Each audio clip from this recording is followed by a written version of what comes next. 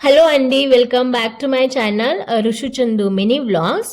ఈ వ్లాగ్లో మా హస్బెండ్ చేసిన తెలంగాణ స్టైల్లో నాటుకోడి కూర స్టెప్ బై స్టెప్ రెసిపీ మీతో షేర్ చేసుకుంటాను. చికెన్ కర్రీ వండరాని వాళ్ళు, బ్యాచిలర్స్, అలాగే న్యూలీ మ్యారీడ్ మా హస్బెండ్ కుకింగ్ రెసిపీ చూసి తప్పకుండా నేర్చుకుంటారు. అలాగే మంచి కమెంట్స్ కూడా చేస్తారని అనుకుంటున్నాను. సో మా ఆయన చేసిన నాటుకోడి కూర రెసిపీ చూద్దాము. Let's get into the video.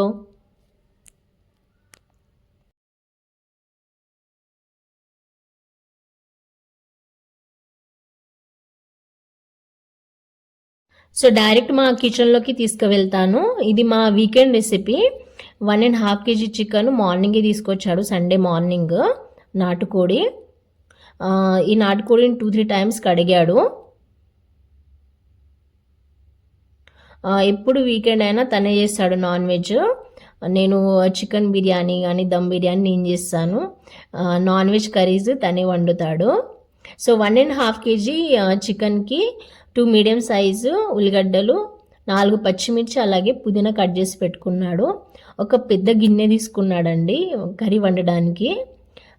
ఈ స్పూన్తో 3 టైమ్స్ ఆయిల్ పోసాడు ఈ గిన్నెలో. 3 టైమ్స్ అన్నమాట. అంటే 1.5 kg చికెన్కి ఇంత ఆయిల్ పోసాడు. సో ఫస్ట్ అయితే పుదీనా వేస్తున్నాడు. ఆయిల్ వేడి అయింది.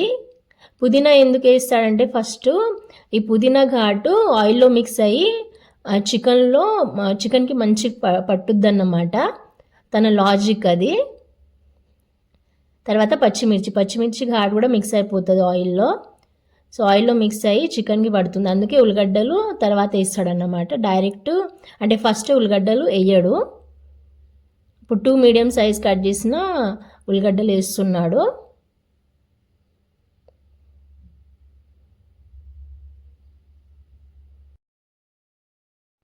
ఉల్లిగడ్డలు ఫ్రై అయ్యాక అల్లం పేస్ట్ వేస్తాడు.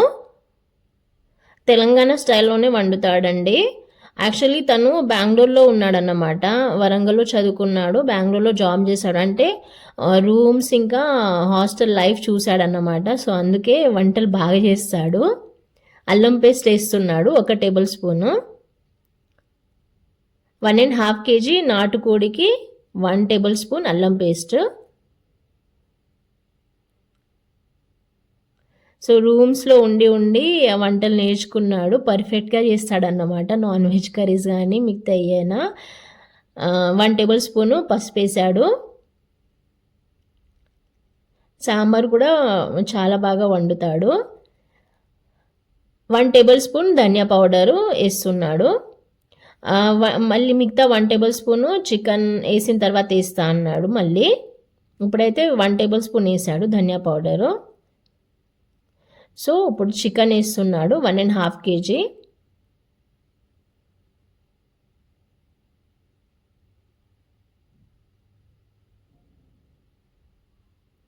తన ఫ్రెండ్స్ చాలా ఇష్టపడతారండి చికెన్ కర్రీ. అంటే నాన్ వెజ్ ఏది వండినా తినడానికి ఇష్టపడతారు. అంటే అంత బాగా వండుతాడన్నమాట మా ఆయన.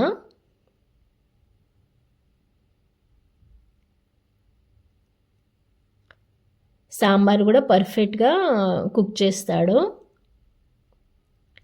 సో చికెన్ని మిక్స్ చేస్తున్నాడు మంచిగా. లివర్ తర్వాత వేస్తా అన్నాడు. లివర్ ఫస్ట్ వేస్తే ఉడికిపోతుంది కదా, అందుకే తర్వాత వేస్తా అన్నాడు ఒక 10-15 మినిట్స్ తర్వాత.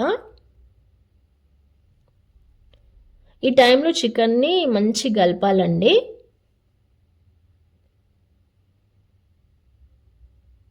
సో అల్లం పేస్టు, పసుపు, ధనియా పౌడర్ వేసాడు. వేసాక చికెన్ వేసాడు.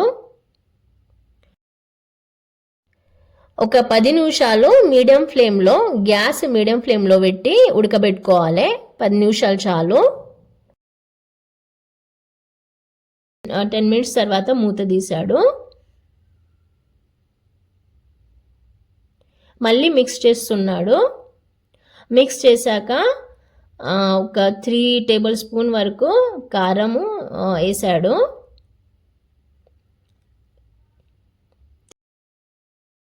తర్వాత ఉప్పు 2 టేబుల్ స్పూన్.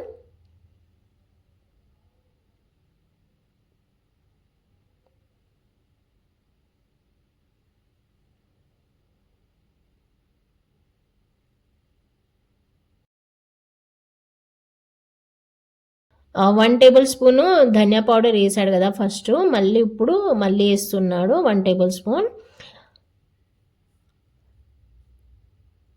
తర్వాత టమాటాలు. ఈ టైంలోని 1/2 టేబుల్ స్పూన్ గరం మసాలా వేసుకోవాలి. నేను ఆ వీడియో తీయడం మర్చిపోయాను.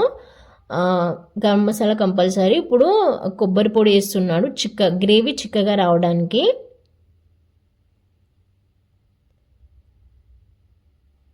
ఇది కోకోనట్ పౌడర్ అన్నమాట. సో ఇప్పుడు లివర్ వేస్తా అన్నాడు.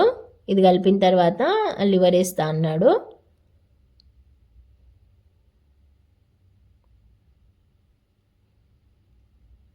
సో లివర్ వేస్తున్నాడు. కారం, ఉప్పు, ధనియాల పౌడరు, కొబ్బరి పొడి, గరం మసాలా వేసిన తర్వాత మంచి కలిపి మూతేసాడన్నమాట. మినిమం అంటే 15 నిమిషాలన్నా ఉడకబెట్టాలని చెప్పాడు. 15 నిమిషాల తర్వాత ఈ మూత తీసి చూశాడు. సో ఆల్మోస్ట్ చికెన్ కర్రీ ఈ టైంలో 80% ఉడికిపోద్ది అన్నమాట. సో ఎగ్జాక్ట్లీ 15 నిమిషాల తర్వాత ఇలా అయింది చికెన్. సో ఈ టైంలోనే చెక్ చేసుకోవాలి, అంటే చికెన్ ముక్కలు ఉడికాయో లేదో అని. నాటుకోడి కదా, సో ఈ టైంలో చెక్ చేస్తాడు కర్రీ ఉడికిందో లేదో. సో ఇప్పుడు వాటర్ పోస్తున్నాడు. వాటర్ కూడా ఎక్కువ పోసుకోవద్దండి. వాటర్ ఎక్కువ పోసుకుంటే చికెన్ కర్రీ మంచిగా రాదు. సో 1.5 kg చికెన్కి ఆల్మోస్ట్ 1 గ్లాస్ వరకు వాటర్ పోసాడు. అంటే ఆ చెంబు తీసుకున్నాడు కదా, అందులో హాఫ్ వాటర్ పోసాడు అన్నమాట. సో నన్ను చెక్ చేయమన్నాడు కర్రీ ఉడికిందో లేదో, అంటే చికెన్ ముక్క ఉడికిందో లేదో చెక్ చేయమన్నాడు.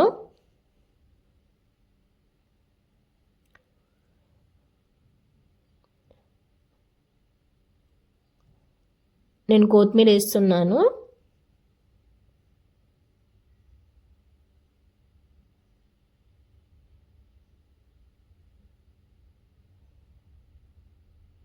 చికెన్ ఆల్మోస్ట్ ఉడికినట్టయితే ఒక 10 నిమిషాలు చాలండి. అంటే మూత పెట్టి ఉడకబెట్టుకోవాలి అంతే, అంటే ఈ గ్రేవీ చిక్కగా అయ్యే వరకు. సో చికెన్ ముక్క నేను చెక్ చేశాను, మంచిగానే ఉడికింది. ఆల్మోస్ట్ 80% వరకు ఉడికిందన్నమాట. సో ఇప్పుడు ఫైనల్ టచ్ ఇస్తాడు. వాటర్ పోసాడు కదా 1 గ్లాసు. మినిమము ఓ 15 నిమిషాలు ఈ గ్రేవీ చిక్కబడే వరకు, ఈ వాటరు చిక్కబడే వరకు ఉడకబెడతాడు. 15 నిమిషాలు నేను టైం నోట్ చేసుకున్నాను. చికెన్ ఎక్కువ ఉడికినట్టయితే 10 నిమిషాలు చాలండి. మీడియం ఫ్లేమ్లో, అంటే గ్యాస్ మీడియం ఫ్లేమ్లో పెట్టి ఉడకబెట్టాలి. సో చూశాడు 15 నిమిషాల తర్వాత గ్రేవీ ఎలా అయిందో. సో ఎగ్జాక్ట్లీ 15 నిమిషాల తర్వాత మూత తీశాడు.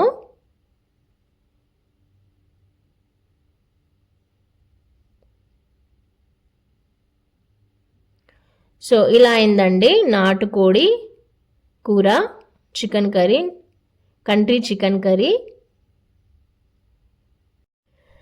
గ్రేవీ పర్ఫెక్ట్ వచ్చింది 1 గ్లాస్ వాటర్కి.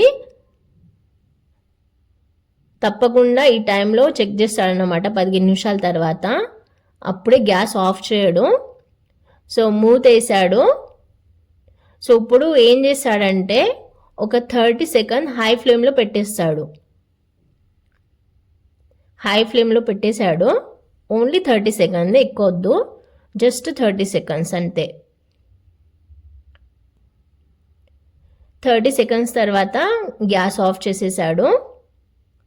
సో మూత తీయకని చెప్పాడు, ఎందుకంటే అందరికీ తెలుసు ఏ కర్రీ వండినా మూత తొందరగా తీయద్దు, ఫ్లేవర్ అంతా వెళ్ళిపోతుంది అన్నమాట, అంటే టేస్ట్ అంతా వెళ్ళిపోతుంది. సో 10-15 నిమిషాల తర్వాత మూత తీసాము. నేనైతే రైస్ పెట్టేశాను. సో మేము ఇక తినడానికి రెడీ అన్నమాట. ఓ 15 నిమిషాల తర్వాత ఇలా అయిందండి మా ఆయన వండిన నాటుకోడి కూర. సో మా వీకెండ్ రెసిపీ రెడీ అండి. మా ఆయన వండిన నాటుకోడి కూర ఎలా ఉందో కమెంట్ బాక్స్లో కమెంట్ చేయండి. అలాగే మా ఆయన చేసిన ఈ రెసిపీ హార్డ్ అనిపించిందా లేదా చాలా ఈజీగా అనిపించిందా అది కూడా చెప్పండి. అలాగే నచ్చితే ఈ వీడియో నచ్చితే తప్పకుండా లైక్ చేయండి. ఇప్పుడు మేము తినడానికి రెడీ అవుతున్నాము. ఆనియన్స్, లెమన్స్ అన్నీ కట్ చేసి పెట్టుకున్నాము. సో ఇదండి తెలంగాణ స్టైల్లో నాటుకోడి కూర made by my husband. Thank you for watching till the end and thank you for your support. Bye.